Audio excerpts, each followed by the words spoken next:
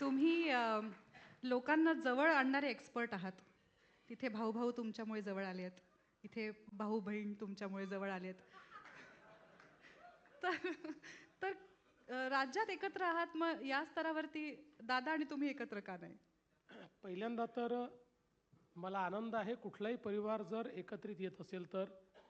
आणि त्या बाबतीत मी राज ठाकरेंचे आभार मानतो की त्यांनी मला क्रेडिट दिलं एकत्रित येण्याचं.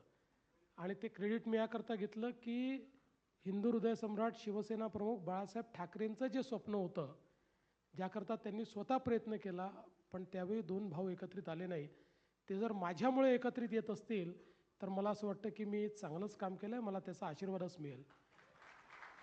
आता बहीण आणि भाऊ नेमके एकत्रित आले आहेत का आणि ते माझ्यामुळे आले असतील तर तेही मला धन्यवाद देणार आहेत का, हे मला कल्पना याची नाही.